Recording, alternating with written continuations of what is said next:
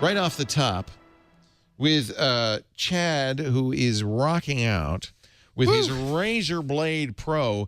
This is a 17-inch monster. This thing is the funnest laptop that I've had in a long, long time. It's the Razer Blade from Razer, the people who make great keyboards and mice and stuff like that. I have a Razer mouse. I love it. It's got the Razer logo on it. It does. It does. So quick overview of the hardware is you have a 17-inch screen. This is a 1080p screen, and you have your normal keyboard, and it has a few extra buttons. Some notable ones is you have a little Razer button here next to the keyboard, which is used or next to the trackpad, which is used for trackpad stuff later. Those things look like they're lit up with different icons. Right. And so is this like Art Lebedev kind of keyboard? So every single one of these is a teeny tiny little screen, and so if I click into something, it will move depending on what you have. And what's that big screen doing?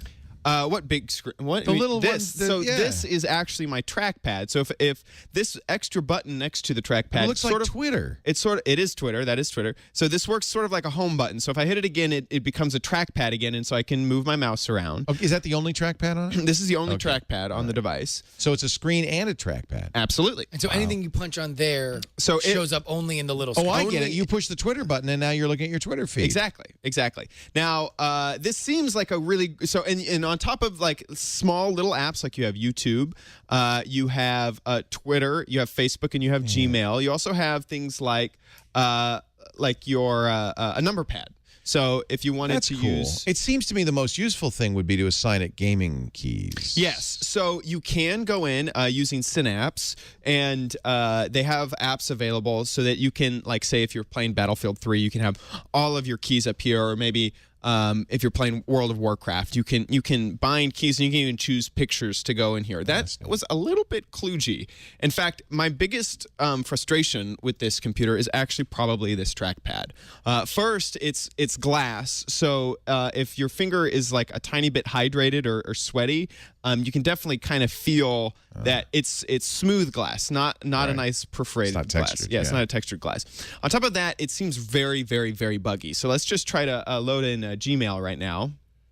Loading. And we're waiting. Loading. We're waiting. This is a second screen most of the time, but you also use the second screen as your trackpad, and it did in fact load, did it? This happens every single time. This is. You are on the internet, and I'm absolutely connected to the internet, and it works with Twitter. So I just load up Twitter. I can go to my at replies. Something wrong with the Gmail app. And on top of that, it feels like this is like a 1990s BlackBerry. Like this is the mobile version of Twitter, and if I zoom in, it does that really chunky, like really scale it. Bad. It's hard for us to tell on camera. Is that a decent screen, or it looks a little washed out? It's okay. Yeah. The angle, of course, it's not the best quality screen. So the angle that the camera is getting right now, you can see it pretty well. Yeah, you can see, especially when, and it's definitely angled because you're looking at it. Whoa. It kind of makes it hard if the camera kind of goes a little sane, but it's definitely angled so that you can look at it very far back, because you're sitting there on a laptop. You kind of need that, and same with all of these buttons. At the angle that I'm located to the computer, I'm just going to go ahead and if you go back to that product shot, if you tilt the computer this way, all those buttons kind of can't read them. Yeah, they're sort of angled so that you can only see them. It's a really good idea, and I'm even thinking now more for gaming, but to have a menu, like if somebody says, "Oh, I'd buy that for Maya." Yeah, if you're a 3D developer, you could have dedicated keys. It has things like GIMP is already in there and stuff like that. Photographer and so forth. One of my favorite features is this clock, which you have a stopwatch available. And so I use this during this week in YouTube to time my ads, to know when I'm going. I can do laps and stuff like that. And this clock worked great. So it seems like some apps work really well and some work really horribly. And also, it's very easy to forget that you've opened up the YouTube thing, and then you try and use your trackpad, and it's not working, and it's because you have to hit the home button and enter in the trackpad again. So to me, this is a really cool looking feature, but it is a very buggy and difficult feature. Are those third party, or is that from Razer? This is all from Razer. I haven't installed any third party. You got to worry about whether or not they care to update their Gmail Exactly. Keyboard app. And it has so some cool things that it does is so like say you're in a game and you don't want to go to your desktop, you could load up a browser. I can go and click in here and you can see that it says keyboard is now active. So anything that I type into the keyboard will now happen over here on the little I'd worry screen. about the mouse being, as a trackpad, that it may be more fragile because it's a screen. It might be easy to damage. So I didn't get that feeling. It's got glass on top. Yeah, I didn't get that feeling that much. I was Tell us about worried. the rest of the laptop. How is it? It's got to be powerful, right? Very powerful. So inside of the laptop, you have 8 gigabytes of RAM. This has a solid-state hard drive. The one that I reviewed has a 512 hard drive. Also, let me just pull up my specs so I know that I'm absolutely not getting anything wrong.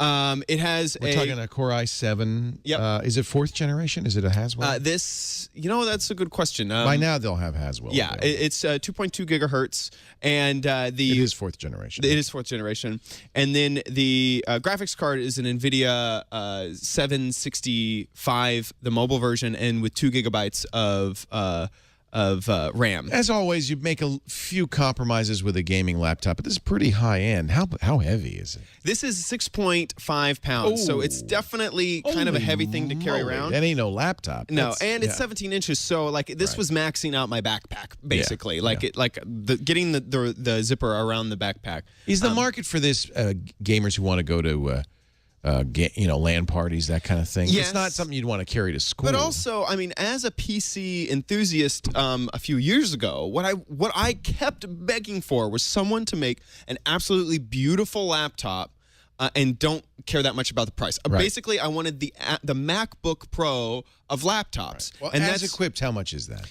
This is $2,300 at the low end. This model is $2,500. Okay. It is MacBook Pro price. It's MacBook Pro price. Yeah. Yes, and it's very. The one thing that you don't get is you don't get the Retina display, but it's still that same sort of unibody construction. It looks pretty. It's Apple missing, no longer makes a 17, so. Yep. It's missing a optical disc drive, so they've made it very thin. Yes, that's a surprise. Yeah, no optical disc drive. USB 3, you have 3 USB 3 ports. You have HDMI out. You have Ethernet, and you have a headphone mic port, integrated headphone mic port down there. And you like the style. You like the way it feels and looks. I really do. This is the biggest selling point of this laptop is using it and bringing it out. It is nice. It is stylish. It is a dream to use. It's very fast. And everything. I mean, just looking at it and typing on it feels great. And the top of this here, let's go ahead and show that. It has kind of this nice, almost flanged top here with the Razer logo. Is that glowing or is it just a sticker? It uses the backlit display to also glow whenever I open up the monitor here. There'll be no question at the LAN party that you've got a Razer. Now, one downside is that it does have Windows 8. Is it a touchscreen? No. It is not a touchscreen, so you have to use the trackpad. So, but as a gaming machine, it works really well.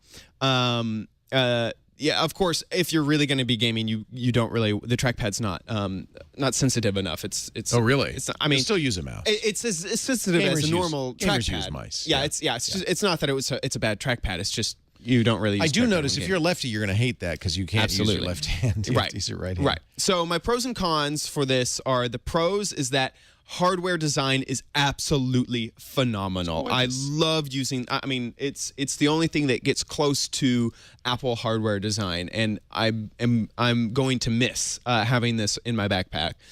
Also on the pros is great specs. If I ran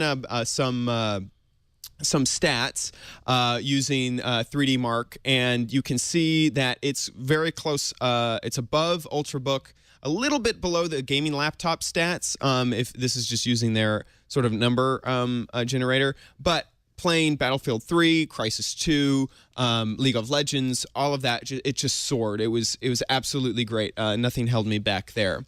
Now, on the cons, this trackpad is incredibly buggy.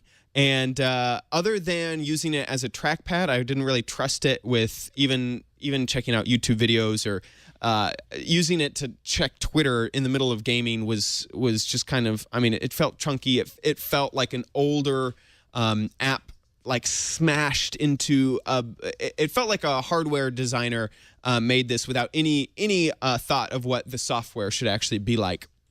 And then the other con is that this is completely left hand absent. So if you're a lefty, the trackpad is permanently on the right side of the screen. And I'm used to using MacBook Pros, which always have it here, and they also use a metal finish on their trackpad. Many times I would find myself forgetting that there is no trackpad here because of muscle memory. That's not really a problem of the laptop. That's just a story. That's not one of my cons. Just a story. Yeah, it's just a little thing to keep in mind that that this feels very familiar to a MacBook Pro trackpad. So coming in at over $2,000, and they do sell a 15-inch version of this that doesn't have the fancy trackpad. And so buy, try, don't buy. I'm going to give this a buy. I really enjoyed using this computer, and the buy has a little bit of an addendum. I'm not bringing budget into my decision. No, you shouldn't. You know, if you have the amount of money to drop on this computer, I suggest it. You should definitely go. I truly would suggest the 15-inch over the 17-inch. It was a little bit big. Yeah. It was a little bit too large and heavy, and I didn't love this trackpad. And other than that, a beautiful, amazing hardware. Loved using it. Very good. Chad Johnson, host of OMG Craft and This Week in YouTube, and a producer here at the Twit Network, is giving the Razer, what is the model number on that? The Blade Pro 17-inch a buy. Right.